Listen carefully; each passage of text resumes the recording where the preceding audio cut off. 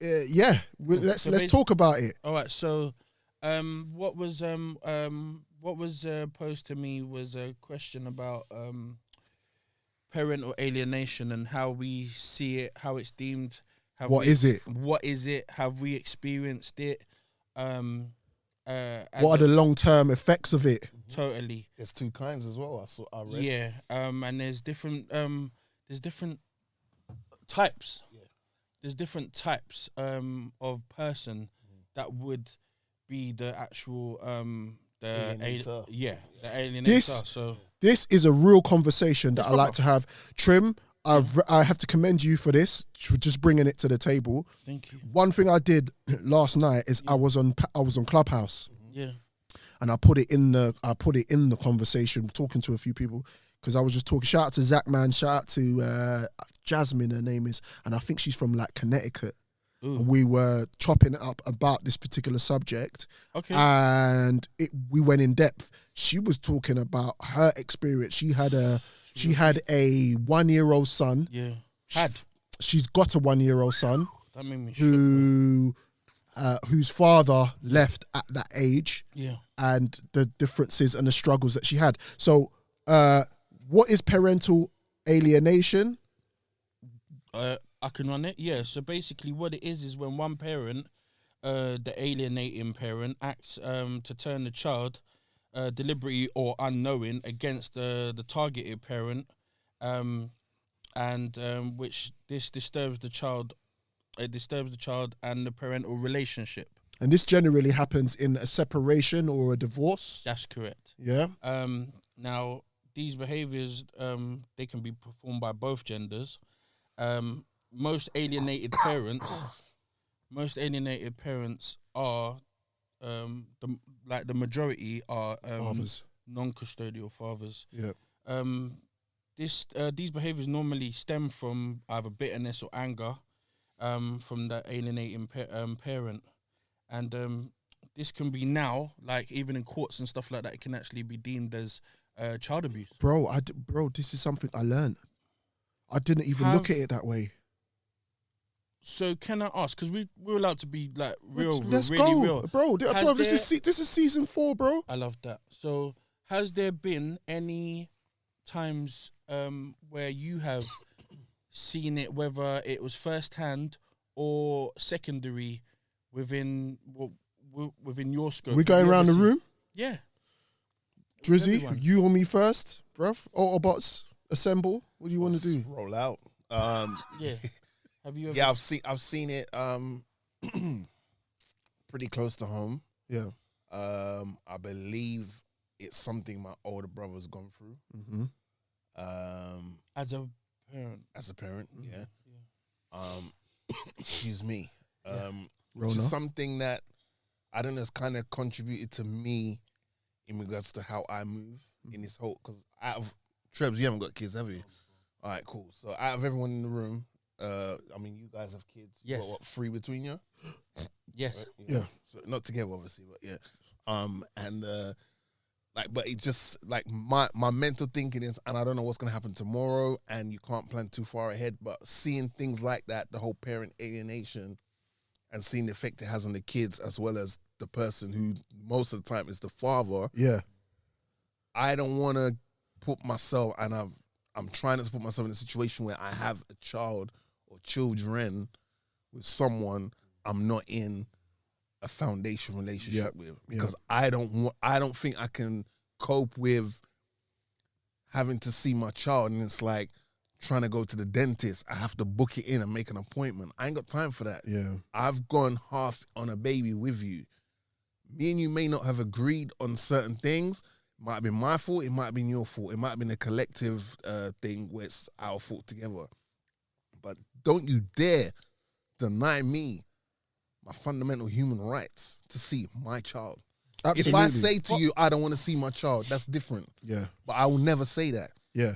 And as someone who's gone through a situation where my own father's like kind of, you know what I mean? Yeah. Talk about it. Shake Talk about pretend it. like, oh, well, you know, I've got a son, but, you know what I'm saying? Yeah. I know what I need to do and what not to do when I start having children. Yeah. So I don't want to ever put myself in that situation. Is why I want to, Yeah. be in a relationship. Preach, where it's young blood. This is my mother of my child, not my baby mother. No. The mother of my child. I'm not no one's baby father. I No. put myself too much on a high pedestal. Salute. Anyone to look at me and say, "Oh, that's my baby father," Yeah. it's gonna be, "Oh, that's little Dre or little whatever female name we're gonna give the baby." Dre, bruv. Whatever. Junior. You know what I'm saying? You're gonna be you're on a junior thing, yeah? Maybe it depends. Okay. It depends. All right. That's his child. Mm-hmm. That's their father.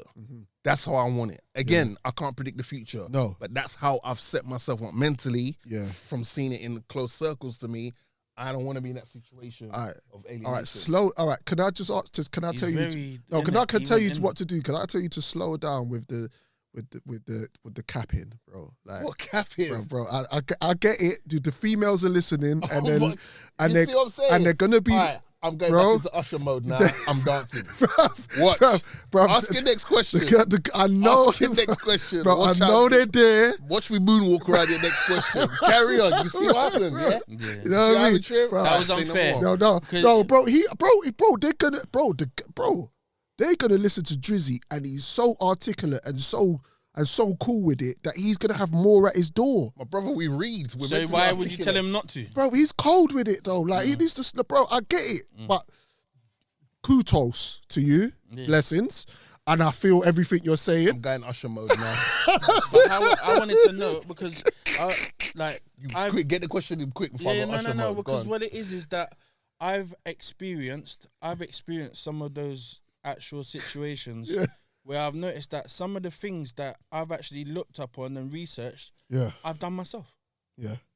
Without meaning to. Yeah. So like I was mentioning about the different types. Yeah. So there's three different types of alienators. Now you've got the naive. So they do or say something unknowingly, like, "Oh, you'll lose your dad's late again." You get what I'm saying? heard that Or before. you've got an active alienator, and they can quite easily be, for example, there's something that person that the other parent, the targeted parent, does that triggers you, and then you act upon it. That's another one, and then the worst one is the narcissistic, obsessed, uncontrollable alienator that will do things that he can't help himself or she can't help herself. They have to go out to destroy you. Which is why Drizzy doesn't want to be a baby father. That's the point he's trying to make in that situation. But it's a term for, I guess, a class. Yeah. Because I mean, it's a mental state, bro. It's a mental state. Like because all we're talking about is love here. And in separation, when you love somebody or you have a strong feelings for somebody and they leave or you separate, you don't know always how you're gonna deal with it. You have no idea. And you have no idea. And there's no rule book, there's no guidebook, there's no. Listen, man. You know what I mean? Kids don't ask to be born. Yeah. My grandmother always told me that. Yeah. Kids don't ask to be born. Yeah. And if you're not doing anything to prevent that, and that could just be from safe sex or you go to monk mode or whatever. But kids don't ask to be born. Monk mode is a squad. Do you know what I'm saying? But like they don't ask to be born. If you're putting yourself in the position to have a child, the bare minimum you can do is be there for your child. And I don't care if, like you said, there's the alienating and there's different forms of it. And sometimes you might do it and not even realize it. You might be mad at the dad, subconsciously. And you might be talking out loud, and the kid just so happens to hear. You're not saying it directly to the kid, but the kid just happens to hear. But like, no, it's not cool. It's not cool. Whatever arguments, disagreements you and the other parent have, that's that. When it comes to the child, it's a hands-on co-parenting thing. Can we talk about the serious issues when parents separate, the serious effects when parents separate has on children? And it's weird because when I was doing the research, I was just like, this is so deep because children can definitely go into a space where two parents have broken up, and the effects that they have on them in school, the effects that they have in their social life, the effects that they have even just with dealing with the opposite sex themselves, the effects that they can have with their health. Yeah. It's a multitude of things. And what happens with parents is, again, we've touched on it, like you don't know what you're doing to your child in these situations where you venting, or you're saying your dad ain't shit, or you're saying your mum ain't shit, or, you know, you're actually, you know, venting your anger towards that parent, and not, you just, the effects of that it has on children is so severe that I feel like there needs to be some sort of treatment or counselling or some sort of somewhere where you can go. There are things out there, but Yeah. I think that what it is that people, they have to look at, there's a difference between parental alienation and parent alienation syndrome. Right. There's actually a syndrome. Yeah.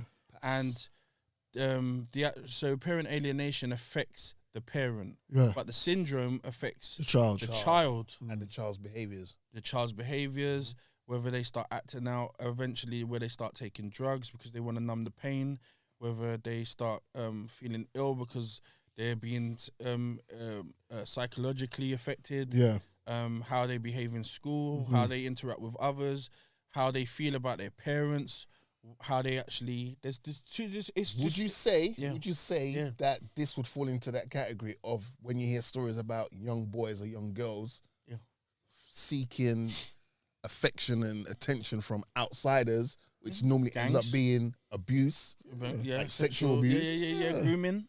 right? Grooming's That, huge, I'm sure that gangs, falls which gangs is as well. another form of grooming. What's that saying when you're with a chick and she's got like daddy issues? Yeah. Yeah, That's a yeah. syndrome, right? Yeah, but then also like look at how it affects our young men as well, because dependent on how they see or how severe the actual abuse is from the alienating parent to the other parent, that child now becomes an advocate for that parent. Right. You get what I'm saying? And then all of a sudden they're like, I don't want to see you no more. Yeah.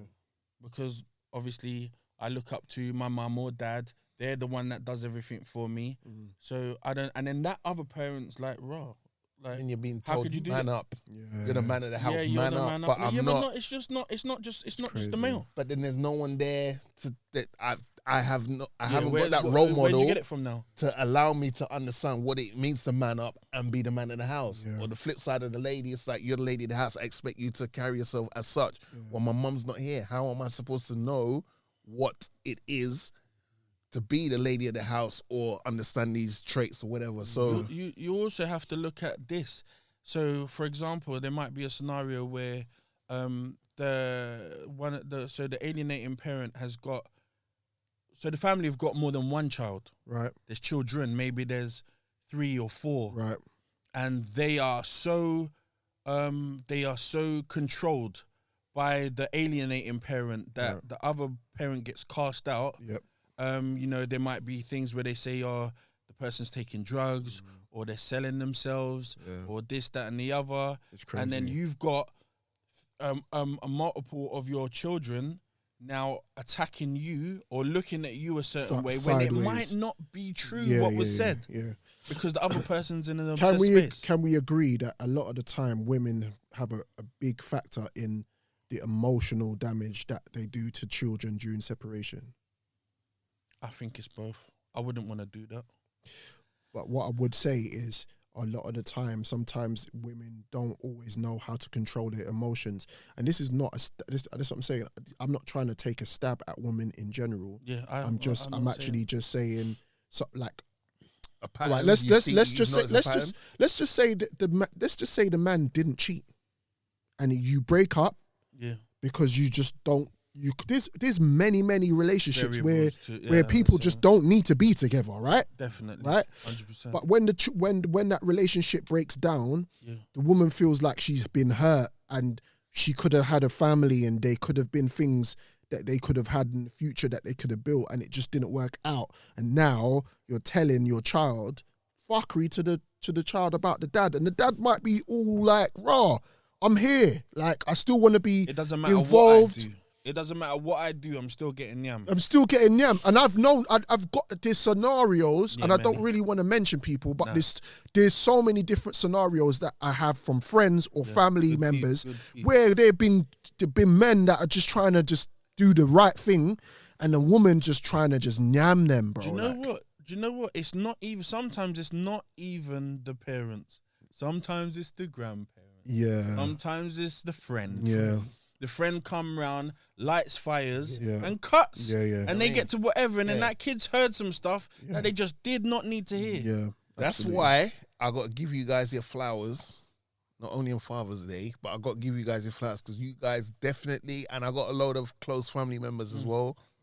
The standard in which the new generation of fathers are rising is very, very aspiring So to. you're looking up to us.